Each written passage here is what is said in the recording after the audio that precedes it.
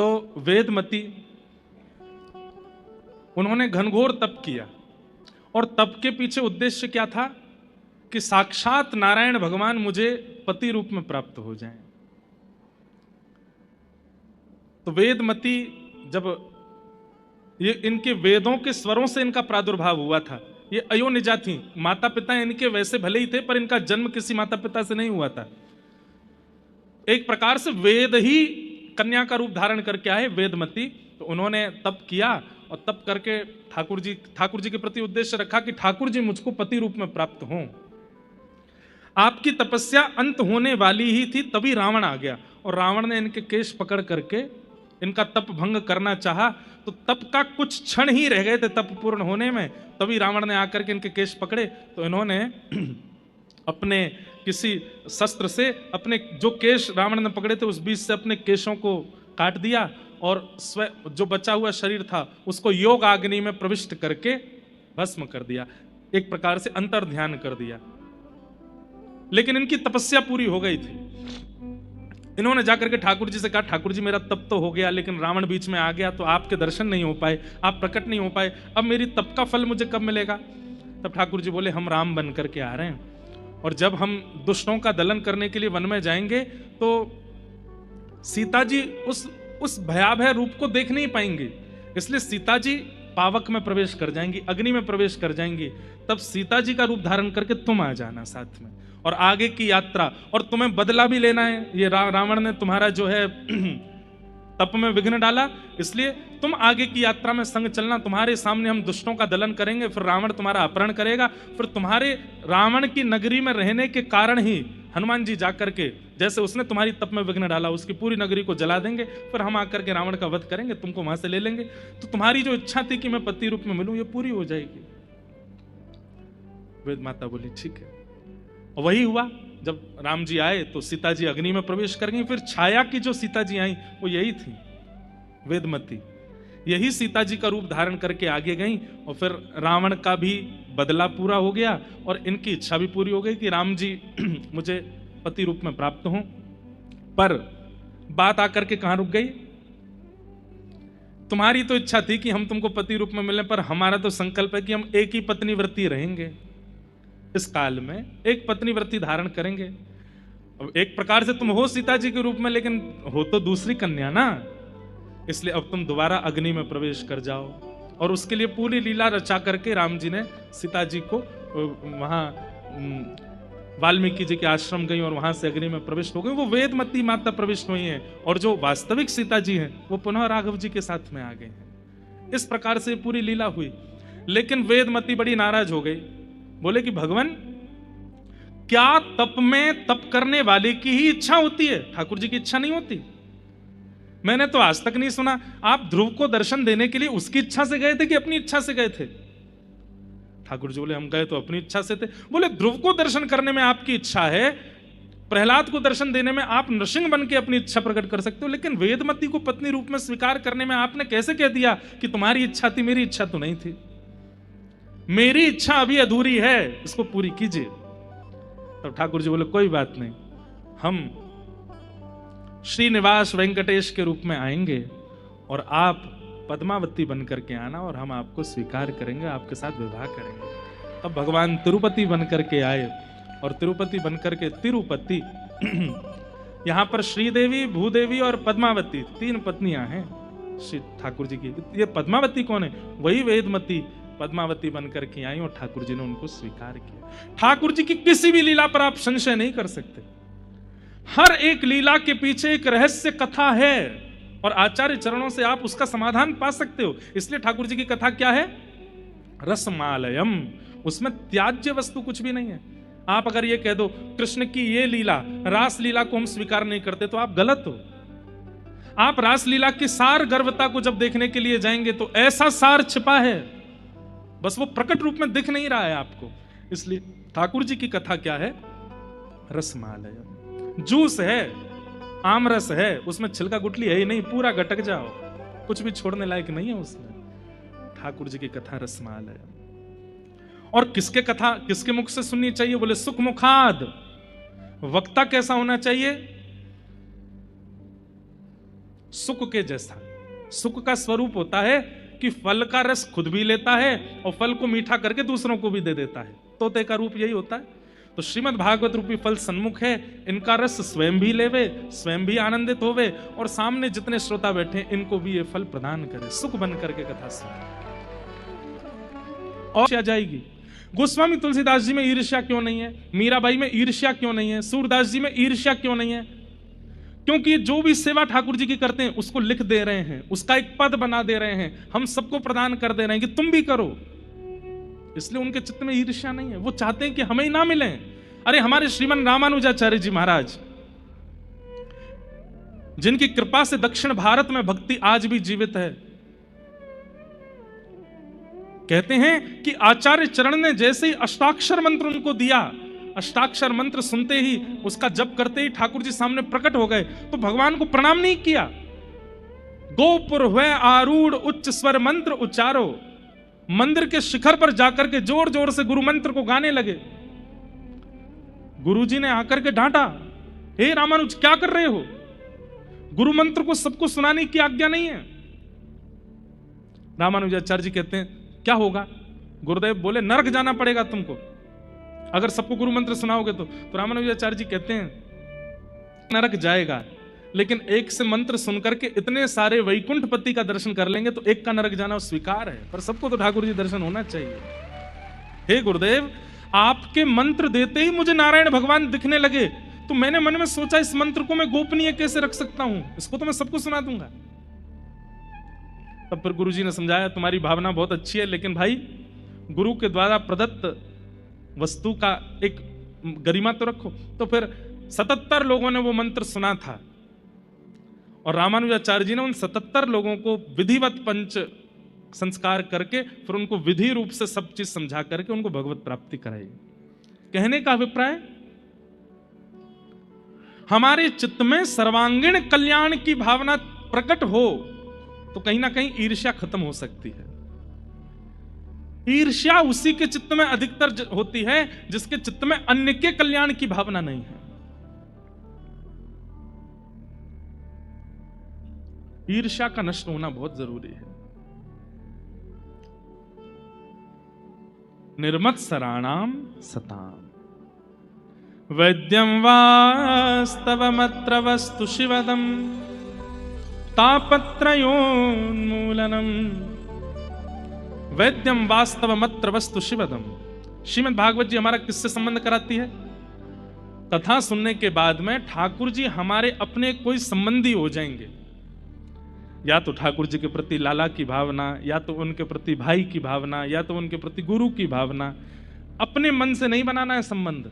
एक बात याद रखिएगा, आपने मन में सोच लिया मेरे कोई भाई नहीं है, चलो ठाकुर जी कोई भाई मान लेते हैं, आप नहीं मान सकते। ठाकुर जी से जाकर के स्वयं पूछिए कि हे नाथ, आप मेरे कौन हैं, मुझे बताइए। और हर दिन ठाकुर जी से यही पूछो, आप मेरे हैं कौन, आप मेरे क्या लगते हैं, मुझे बताइए। एक दिन चाहे एक हफ्ता निकलेगा, एक महीना निकलेगा, कभी ना कभी ठाकुर जी या तो स्वप्न में या किसी भाव से या किसी कथा में किसी वक्ता के द्वारा, किसी महापुरुष के द्वारा, किसी वैष्णव के द्वारा संकेत रूप में शब्द का उत्तर दे देंगे। अब मान लीजिए आप रोज ठाकुर जी से पूछते हो, ठाकुर जी आप मेरे हो कौन, मुझे बताइए ना। मैं तो भाई मानता था, लेकिन आज महाराज जी की कथा में हमने सुना कि हम नहीं मान सकते। आप बताइए कि आप हमारे हो कौन। आज पूछो, कल पूछो, 10 दिन बाद पूछो। एक दिन किसी वैष्णव से आप मिले और वो वैष्णव आपसे बोला, अरे भैया कृष्णम वंदे जगत गुरुम, कृष्ण इस जगत के गुरु हैं, कृष्ण से बढ़िया गुरु कौन हो सकता। बस वही संकेत है कि ठाकुर जी आपको उत्तर दे रहे हैं कि तुम मेरे शिष्य हो, मैं गुरु हूं। गुरु का मतलब मैं जो आज्ञा करूंगा वो तुमको पालन करना है। या मान लीजिए किसी ने आपका, अरे आप तो यशोदा मैया हो भैया, आप तो यशोदा मैया और लाल जी तुम्हारे लाला हैं। बस वही संकेत जानिए, अच्छा तो ये लाला है। जीवन में कष्ट नहीं आता, ये ऐसा नहीं है। नाम जापक हो, यज्ञ अनुष्ठान करने वाला हो, कथा सुनने सुनाने वाला हो, ठाकुर जी की निज सेवा करने वाला हो, उसके जीवन में कोई संकट नहीं होता, ऐसा नहीं है। उसके जीवन में भी कष्ट होता है, लेकिन उसे अनुभव नहीं होता, उसे अनुभूति नहीं होती, उसके ऊपर उस कष्ट का प्रभाव नहीं होता। महासंसारी व्यक्ति के जीवन में छोटे छोटे कष्टों का भी प्रगाढ़ प्रभाव होता है, पर भगवत प्राप्त व्यक्ति के जीवन में कष्टों का प्रभाव नहीं होता।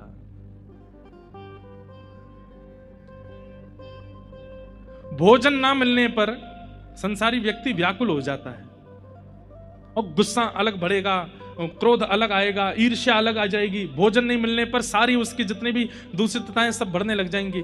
पर भगवत प्राप्त व्यक्ति को जब अन्न नहीं मिलता ना, वो मन में विचार करता है कि कोई बात नहीं, 10 दिन बाद एकादशी आने वाली है, पर ठाकुर जी ने आज 10 दिन पहले ही भेज दी एकादशी मेरे काज। हर स्थिति को अनुकूल मान लेता है, हर स्थिति में भगवत इच्छा को मान करके रहने लगता है। उसके जीवन में फिर कष्ट नहीं होता। अनुकूल व्यक्ति से ब्याह हो गया, भगवान की कृपा, और प्रतिकूल व्यक्ति से ब्याह हो गया तो भी वैष्णव व्यक्ति क्या सोचेगा? संसारी व्यक्ति तो ये सोचेगा पता नहीं मेरे कौन से कर्मों का फल मुझको मिला, मैंने ऐसा कौन सा अपराध कर दिया जो ऐसा जीवन साथी मेरे जीवन में आया। लेकिन वैष्णव व्यक्ति क्या विचार करेगा? अगर ये अनुकूल होते तो प्रेम इनमें बट गया होता, लेकिन ये प्रतिकूल हैं, ये अनुकूल नहीं है, प्रतिकूल हैं, तो इनके बट का भी जो प्रेम है वो भी ठाकुर जी लेना चाहते हैं, इसलिए प्रतिकूल को भेजा। कहने का अभिप्राय क्या है? भक्त किसको कहते हैं? तिलकधारी भक्त नहीं होता, कंठीधारी भक्त नहीं होता। ये बाह्य आवरण होना एक बात है, पर मूलतः वैष्णव का स्वभाव किसको, भक्त किसको कहते हैं? जो परिस्थितियां तो आती हैं, परिस्थितियों को सहन कर लेता है, उसका प्रभाव अपने जीवन पर पड़ने नहीं देता, उसमें भी पॉजिटिव रहता है। ये हुआ तो क्यों हुआ? जैसे हम उतर रहे हैं, मान लो यहां से उतरे, पांव फिसल गया, फ्रैक्चर हो गया पैर में। अब संसारी व्यक्ति क्या सोचेगा? खाटू श्याम जी के सामने अपराध करके आए थे तो पांव तो टूटेगा ही, है ना। संसारी व्यक्ति तो ये सोचेगा मैंने कोई अपराध किया होगा भाई ऊपर, इसलिए मेरा पांव टूट गया। पर हम विचार क्या करेंगे? मतलब भक्त होगा तो क्या विचार करेगा? बहुत दिन आते भाग रहा हूं, दौड़ रहा हूं, तो ठाकुर जी बोले तू वैसे तो आराम करेगा नहीं, चल अब तेरा पांव तोड़ दिया, अब आराम कर। ठाकुर जी आराम की आज्ञा कर रहे हैं। तू वैसे तो दान करेगा नहीं, चल अब ऐसे तेरा पैसा नहीं करवाऊंगा। मतलब वो हर स्थिति को भगवत संबंध मान करके, अनुकूलता मान करके जीता है। ये भक्त की असली पहचान। ठाकुर जी के आगे थाल रखा, भोग का थाल गिर गया तो लोग अरे अपशगुन हो गया, अपशगुन हो गया, कोई ठाकुर जी नाराज हैं, थाल फेंक रहे हैं। नहीं, जैसे छोटा बालक, माँ कितना भी अच्छा सामान लेकर के आवे, लेकिन बालक जब चिड़चिड़ा जाता है तो सामान कितने बढ़िया वो फेंक देता है। वो क्या, माँ ने पूछा क्यों फेंका? बोले मैं इधर बैठ के नहीं, गोद में बैठ के खाना है। ऐसे ठाकुर जी आज्ञा कर रहे हैं। बोले तू थाल धर के मत जावे, अपने हाथ पे थोड़ा सा पवा दे मुंह को, तेरे हाथ पे पानो। सीधी बात, आप ताली कितनी भी बजाओ, पर मूल बात यह है अपनी हर परिस्थिति में यह मानना कि भगवत इच्छा है। कितनी भी प्रतिकूलता क्यों ना आ जाए, कितना भी ठाकुर जी हाथ पांव तोड़ के पटक दें, तो भी यही विचार करो। एक पंक्ति पद है, मैं गाऊंगा नहीं, बस उसकी अर्थ बता देता हूं। गाने लगते हैं तो फिर सब खड़े होते हैं, बैठाने पर कथा थोड़ी और लंबी होती है। हम बुजुर्ग हो गए, हमारे बाल धूप में सफेद हुए, मानता ही नहीं, सुनते ही नहीं हमारी, हम अनुभव से बोलते हैं, सुनता ही नहीं है हमारी बात को। और कोई दुख नहीं है महाराज जी, बस ये लोग सुनते नहीं है हमारी बात। हम कितना भी कहते रहे, हमारी बात मानते नहीं है। संसारी व्यक्ति होगा तो वो शिकायत करेगा, पर वैष्णव व्यक्ति होगा तो खुश होगा, बहुत बढ़िया, बिल्कुल मत मानो। नहीं मानेंगे तो इनके प्रति जो मेरा भाव है वो और कम हो जाएगा। अगर मेरी बात मान लेंगे तो इसके प्रति ममता हो जाएगी, नहीं मानेगा बात तो इसके प्रति जो ममता है वो भी दूर होगी। मारा गिरधर लाल थारो न चायो न छू, ये वैष्णव का स्वरूप है। वो जीवन में परिस्थितियों, देखो परिस्थितियां तो हमारे कर्मों की वजह से ही आती हैं, लेकिन कंठी पहनने के बाद, तिलक धारण करने के बाद, भक्ति पथ पर आने के बाद, जीवन में आई हुई परिस्थिति को हम अपना पूर्व का प्रारब्ध ना मान करके भगवत इच्छा मानने लगते हैं। ठाकुर जी की इच्छा है, स्वीकार कर लो। छोटा बालक होता है ना, माँ उसको उल्टा कर दे, सीधा कर दे, ऐसे पकड़ ले, वैसे पकड़ ले, नीचे छोड़ दे, सिर पे बैठा ले, कुछ नहीं कहता वो, क्योंकि जानता है बोले इसके हवाले हैं हम, ये चाहे जैसे धरे हमें। लेकिन जब वो अपना अस्तित्व समझने लगता है तो फिर माँ जैसे चाहे वैसे नहीं पकड़ सकती उसको। जैसे ही बालक अपना अस्तित्व जानने लगता है, थोड़ा सूझबूझ आने लगती है उसमें, माँ अगर उसको उल्टी गोद में ले ले तो रोता है, नहीं उधर वाली पे जाना है, उधर ही लेना पड़ेगा। हम लोग पता है कैसे हो गए, हम अपने आप को कुछ मानने लगे हैं, जानने लगे हैं, इसलिए ठाकुर जी की रची हुई जीवन में हमको अनुकूलता नहीं लगती, कंफर्टेबल नहीं होते हम। ऐसे नहीं ऐसे होता ठाकुर जी, ऐसे नहीं ऐसे होता। ठाकुर जी के सामने तो ऐसे बन जाओ 5-6 महीना को बालक, जैसे ठाकुर जी चाहें धर लो, हम कुछ नहीं कहेंगे, आपकी रजा में राजी हैं। ये वैष्णव का स्वरूप है। तिलक फोटा लगाने तो वैष्णव ना दिखे, ऐसी है। बहुत ध्यान से सुनिएगा। जैसे ही आपको पता चला कि भागवत की कथा होने वाली है हैदराबाद में, भाग्यनगर में कथा होने वाली, हम तो सुनने जाएंगे। घर के लोग बोले इतनी दूर, एयरपोर्ट के पास है जगह। अरे चाहे जितनी दूर हो हम तो जाएंगे, साधन नहीं है घर में, कैसे जाओगे? चाहे जैसे जाएंगे। ऑटो वाला 500 रुपए मांगेगा, देके जाएंगे। दादी दादा नाराज होंगे, बोले झूठ बोल के जाएंगे, ट्यूशन है हमारा। हमारी कथा में कई युवा आते हैं, बेचारे झूठ बोल बोल के आते हैं। कोई अपने माता पिता से झूठ बोल के आया, कोई दादी दादा से झूठ बोल के आया, कोई बेचारा पत्नी से झूठ बोल के आया, कोई पति से झूठ बोल के आई, झूठ बोल बोल के आए, कोई किसी से लिफ्ट लेकर के आया। कोई बच्चे संघर्षशील होते हैं, इतने पैसे होते नहीं उन पे, तो कोई लिफ्ट लेके आया, कोई ऑटो वाले भैया से बार्गेनिंग करके आया। आते हैं सब लोग। लेकिन जैसे ही आप कथा में आने का मन बनाते हैं ना, मन बनाना आपके अधिकार में होता है, पर मन बना के कथा में आना और उत्साह से कथा श्रवण करना, ये आपकी स्थिति नहीं है। ये ठाकुर जी चित्त में बैठा करके सुनवा रहे हैं। वैद्यम वास्तवमत्र वस्तु शिवदम तापत्रयोन्मूलनम श्रीमद्भागवते महामुनिकृते किंबा परिरीश्वर सद्यो हृदयवरुध्यते त्रिकृतिभिः शुश्रूषुभिस्तत्क्षणात्। किसी ने मन बना लिया कि मुझे 7 दिन कथा सुननी, और वो कल से पहले दिन से ही आ रहा है, तो मन उसने बनाया था, लेकिन कथा सुनवा ठाकुर जी रहे हैं। आपका काम क्या है? 7 दिन कथा तो ठाकुर जी सुनवा देंगे, पर जैसे 7वें दिन यहां से भागवत जी जाती हैं तो ठाकुर जी भी चले जाते हैं संग में, फिर मन दोबारा वैसा ही होता चला जाता है जैसा पहले था। आपको केवल यह करना है, हृदय में ठाकुर जी आ तो गए, अब वो हृदय में ही रह जाएं, उसका प्रयास इन 7 दिनों में वक्ता करवाता है। ये उन्हीं की स्थिति बताई जा रही है। ठाकुर जी इस वक्त यहां बैठे हर व्यक्ति के चित्त में हैं। जो सोफा पे बैठे हैं उनके चित्त में भी है, जो सो गए उनके चित्त में भी हैं, जो नीचे बैठे हैं उनके चित्त में भी हैं, जो पीछे बैठे हैं उनके चित्त में भी हैं, जो बैठे बैठे पानी पी रहे हैं उनके चित्त में भी हैं, जो फोन चला रहे हैं उनके चित्त में भी हैं। इस वक्त सबके चित्त में ठाकुर जी हैं, पर चित्त में आना बड़ी बात नहीं है, चित्त में आकर के ठहर जाना ये बड़ी बात है। मीराबाई के चित्त में ठाकुर जी ठहर गए, सूरदास के चित्त में ठहर गए, सहजोबाई के चित्त में ठहर गए, रामानुजाचार्य जी के चित्त में ठहर गए, पद्मावती के चित्त में ठहर गए। हमारे चित्त में ठहरते नहीं है ठाकुर जी, चले जाते आते हैं पर ठहर जाएं। दुनिया में अनेक घरों में जाते हैं हम, पर हर कथा में एक नए घर में ही रुकते हैं, पर बहुत कम ऐसे घर होते हैं जहां मन हो जाता है कि भाई यहां कथा 7 दिन की नहीं 15-20 दिन की होती, यहां रुकते। और ऐसे घर में जब रुकने का मन हो जाता है आचार्यों का, वैष्णवों का, तो समझो वो घर नहीं है, वो साक्षात वृंदावन नहीं है, वहां रुकने का मन हो रहा है। ऐसे कई परिवार होते हैं, ऐसे कई स्थान हैं, वहां मन होता है कि यहां तो कथा लंबी हो। जैसे एक नासिक में दत्त धाम है, वहां दत्त धाम में सामान्य व्यक्ति नहीं रह सकता, क्योंकि वहां का नियम है कि 3:30 बजे के बाद चाहे जो हो आश्रम के अंदर उसको बेड छोड़ना पड़ेगा सुबह सुबह।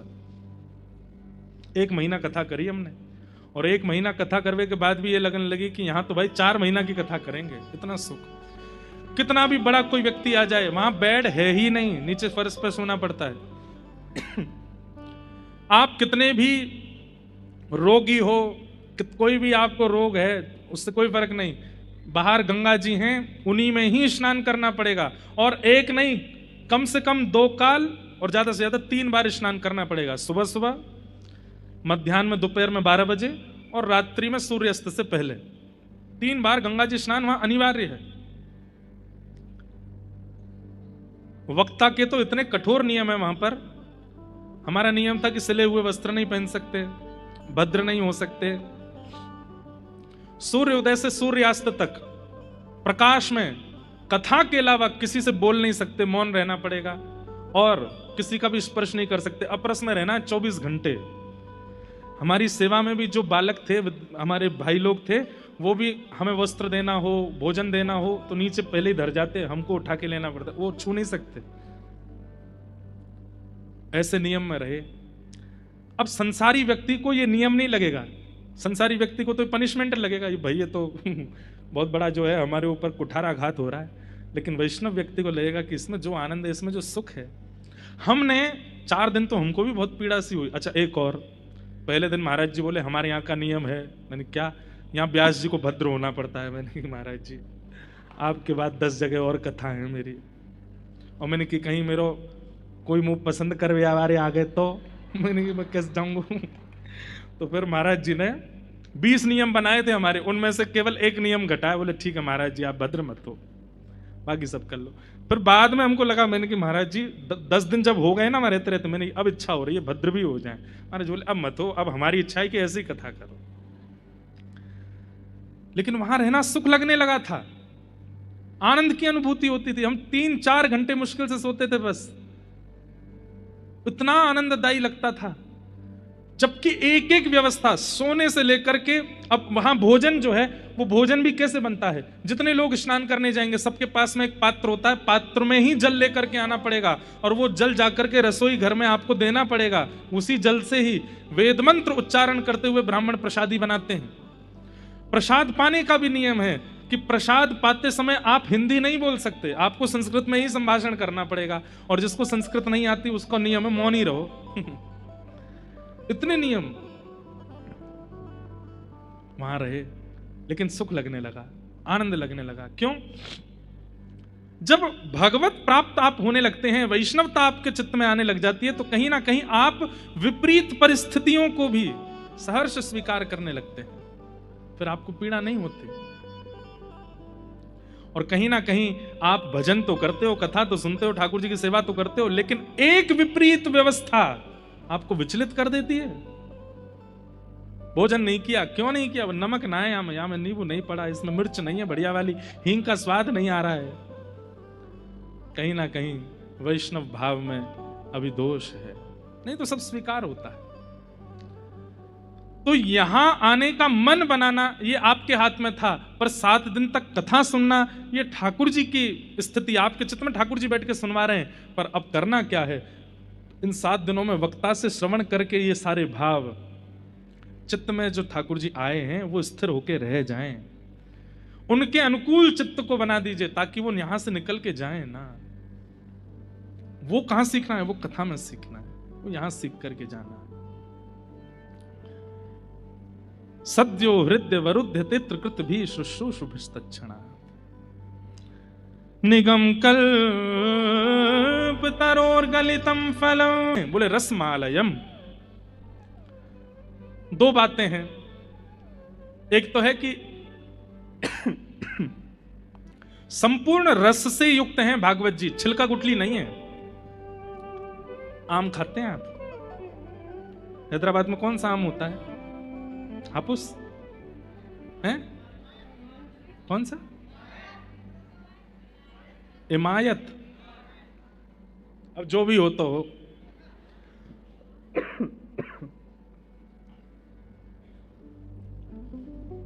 आम में अति प्रिय व्यक्ति जो आम का होता है ना, उसको कभी आम खाते हुए देखो। विधिवत बैठेगा एक कोने में थाल में लेकर के, पूरा पहले तो खूब प्रेम से उसको खाएगा, फिर उसके बाद उसके छिलका लेकर के, उसमें भी महाराज एक बूंद रह नहीं जाए, उसको ले करके खूब धुआंधार। और फिर उसके बाद आता है अंतिम स्टेप। 3 पड़ावों में आम खाए जाते हैं। पहले पड़ाव में तो रस पी लिया जाता है, दूसरे पड़ाव में छिलका की प्राण पिए जाते हैं, और फिर तीसरा पड़ाव आता है गुठली। तू कहां जाएगी बच के, आजा। और फिर महाराज उसके जो वो रेशे होते हैं उनमें से भी खींच करके आम खाते हैं लोग।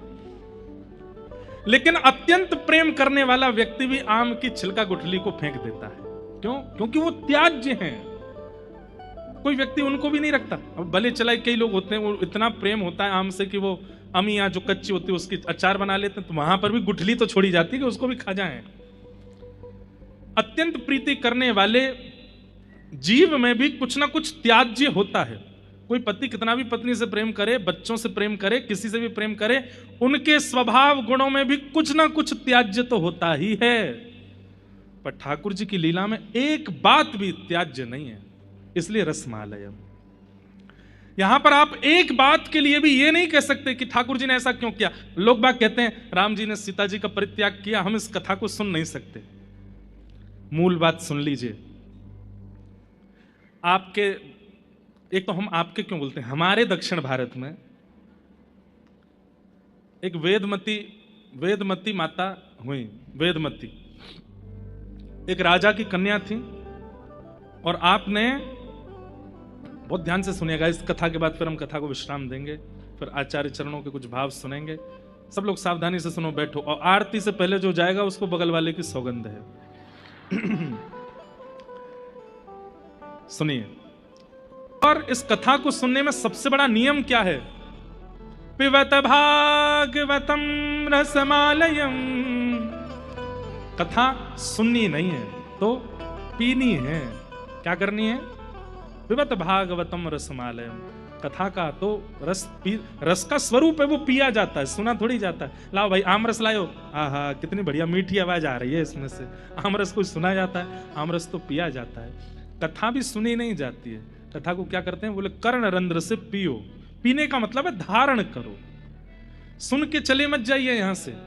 हम आपसे एक बात कह दें, आप 3 घंटा 2.5 घंटा कथा सुनते हैं, 2.5-3 घंटे में जो भी आपने सुना है उसमें से एक बात ही सही।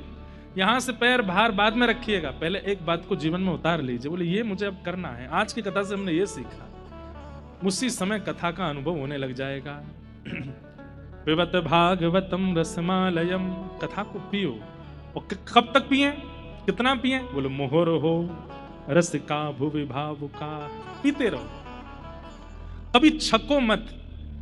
हैदराबाद में चाहे साल में 10 कथा हो जाए, 10 की 10 सुनो। अब आप कहोगे महाराज जी धंधा आप कर लेना आके हमारा। हम कह रहे हैं भैया आप तन से उपस्थित होके नहीं सुन सकते, आधुनिकता से तो सुन ही सकते हैं, कैसे भी सुन तो सकते ही हो, वैसे सुनने का प्रयास करो। पर सुनो, सुनते रहो। मोहर हो रसिका भुवि भावुका। इस प्रकार भागवत जी के 3 मंगलाचरण यहां सुनाए गए, और इसके बाद यहां से अब कथा प्रारंभ होती है। हम थोड़ी भूमिका और सुनाते हैं। 88,000 सौनकादि नैमिषारण्य क्षेत्र में बैठे हैं, मानव कल्याण के लिए यज्ञ कर रहे थे, लेकिन यज्ञ से कोई फल प्राप्त होता दिख नहीं रहा था। तभी वहां सूत जी का आगमन हुआ। सूत जी से आपने 6 प्रश्न किए, और इन 6 प्रश्नों में ही 7 दिन की कथा होती है। किम श्रेय शास्त्र सारः क स्व अवतार प्रयोजनम, किम कर्म के अवतारश्च धर्मः कम शरणम ब्रज। ये 6 प्रश्न किए। इन्हीं 6 प्रश्नों का उत्तर अब सूत जी महाराज यहां से देना प्रारंभ करते हैं। अपने पहले गुरु को प्रणाम किया।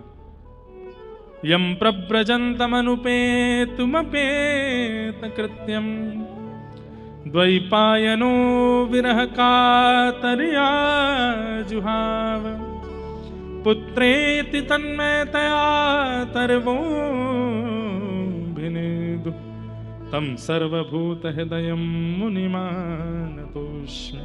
बोलो सुखदेव जी महाराज की। भागवत के प्रमुख वक्ता श्री सुखदेव जी का सूत जी ने स्मरण किया, और यहां से अब सूत जी महाराज कहना प्रारंभ करते हैं। सूत जी क्या कह रहे हैं, एक बात सुन लें कि धर्मस्वनिष्ठितः पुंसां विश्वक्सेन कथासु यः नोत्पादये दधिरतिं श्रम एव हि केवलम्। हमारे द्वारा किया गया व्रत, नियम, अनुष्ठान, जप, तप, जो कुछ भी हम भगवत प्रसन्नता के लिए करते हैं, उससे ठाकुर जी प्रसन्न हैं, इसका क्या प्रमाण है? आप एकादशी का व्रत करते हो, आप प्रदोष का व्रत करते हो, आप जन्माष्टमी का व्रत करते हो, आप राधाष्टमी का उत्सव करते हो, आप शरद पूर्णिमा का उत्सव करते हो, आप होलिका दहन का उत्सव करते हो, आप घर में ब्राह्मण भोज कराते हो, संतों को प्रसन्न करने के लिए उनका पदार्पण करवाते हो घर पर। इन सब क्रियाओं से ठाकुर जी प्रसन्न हैं, इसका प्रमाण क्या है? हम तो बस किए जा रहे हैं, हम तो लेटर पे लेटर भेजे जा रहे हैं, पर सामने वाला पढ़ रहा है कि नहीं?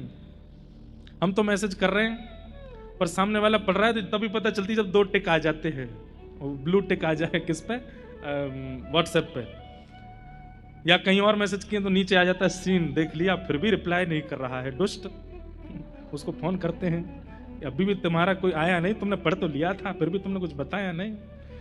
लेकिन वास्तविकता यह है कि हम ठाकुर जी को मैसेज पे मैसेज किए जा रहे हैं, लेकिन एक ही टिक आता है बस, दूसरा टिक आता, और हमको लगता है कि सब मैसेज पढ़ लिए ठाकुर जी ने।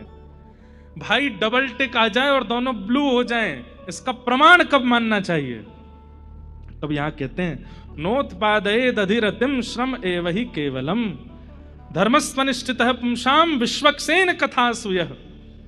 बोले आपके द्वारा प्रदत्त किए गए समस्त भावांजलियों को ठाकुर जी ने स्वीकार किया, इसका प्रमाण मिलेगा किसी सत्संग में जाकर के बैठना। अगर सत्संग में बैठे बैठे समय का पता ना लगे और खूब आनंद आने लग जाए तो समझ जाना अभी तक जितने भी प्रस्तुत हमने ठाकुर जी को किए सब स्वीकार हो गए। और तीर्थ यात्राएं करवा लो, फूल के बंगला बनवा लो, ठाकुर जी के 56 भोग लगवा लो, ठाकुर जी की आरती करवा लो, कथा सुनने की मत कहो हमसे, वो नहीं सुना जाता हमसे। बाकी भैया हमसे चाहे तुम गिरिराज जी की परिक्रमा लगवाओ, वृंदावन की परिक्रमा लगवा दो, तिरुमला ले चलो, तिरुपति दर्शन करवा देंगे, 56 भोग लगवा देंगे, फूल बंगला बनवा देंगे, मतलब ठाकुर जी की वैसी सेवा हमसे चाहे जितनी करा लो। पर कथा, मुझे तो कथा में बैठती नींद आती है, मैं नहीं बैठ सकता कथा में। तो इसका मतलब क्या है, आप जितना भी कुछ करते हो वो केवल श्रम है, ठाकुर जी उससे प्रसन्न नहीं है। और ये बात हम नहीं कह रहे हैं, स्वयं सूत जी कह रहे हैं, नोत्पादये दधिरतिम श्रम एव हि केवलम। केवल कथा नहीं, कहीं भी कोई महापुरुष सद्विचार प्रकट कर रहे हैं, सद्भावना सुना रहे हैं, एक सद्मार्ग दिखाने का प्रयास कर रहे हैं, और आप वहां बैठे बैठे आलस दिखा रहे हो, वहां बैठे बैठे आंख मीट रहे हो, देख रहे हो कब चले अब यहां से। ये जो आलस्य है आपका, ये इस बात का प्रमाण करता है कि आपके द्वारा अब तक जो कुछ भी किया गया वो केवल आपने किया है, ठाकुर जी ने रिसीव नहीं किया उसको। ठाकुर जी स्वीकार कर रहे हैं, उनकी स्वीकार्यता का सबसे बड़ा प्रमाण क्या है? कथा में रुचि होना, सत्संग में रुचि होना, भगवत वाणियों में, वैष्णव वाणियों में रुचि होना, इस बात का प्रमाण है। हनुमान जी महाराज बैठे थे कथा में, इतनी भाव से कथा चल रही थी कि हनुमान जी रो रहे थे, हे मेरे राघव, हे मेरे राम, हे मेरे रघुवीर, हे मेरे प्रभु, ऐसे कह करके रो रहे थे। ठाकुर जी से देखा नहीं गया। ठाकुर जी पहुंच गए, हनुमान ऐसे क्यों रो रहे हो? मैं आ तो गया। रोते हुए हनुमान जी बोले, ठाकुर जी अभी 2 घंटा की कथा रह गई है, बाहर वेट करो, अभी पहले कथा सुन लूं। अरे मैं प्रत्यक्ष आ गया हूं, नेत्र खोलो, देखो मुझे। नहीं भगवान। बोले कथा में ऐसा क्या है जो मुझ में, मेरे प्रत्यक्ष दर्शन में नहीं है? तो हनुमान जी कहते हैं, आंख खोल के देखूंगा तो केवल 2 नेत्रों को दिखते हैं, पर नेत्र बंद करके जब कथा सुनता हूं तो रोम रोम को आप दिखाई देते हो, मन को, बुद्धि को, चित्त को, विचारों को, प्रत्येक इंद्रियों को आपका अनुभव होता है नाथ। इसलिए 2 घंटा कथा रह गई है, बाहर बैठो आप, पहले कथा सुनूंगा।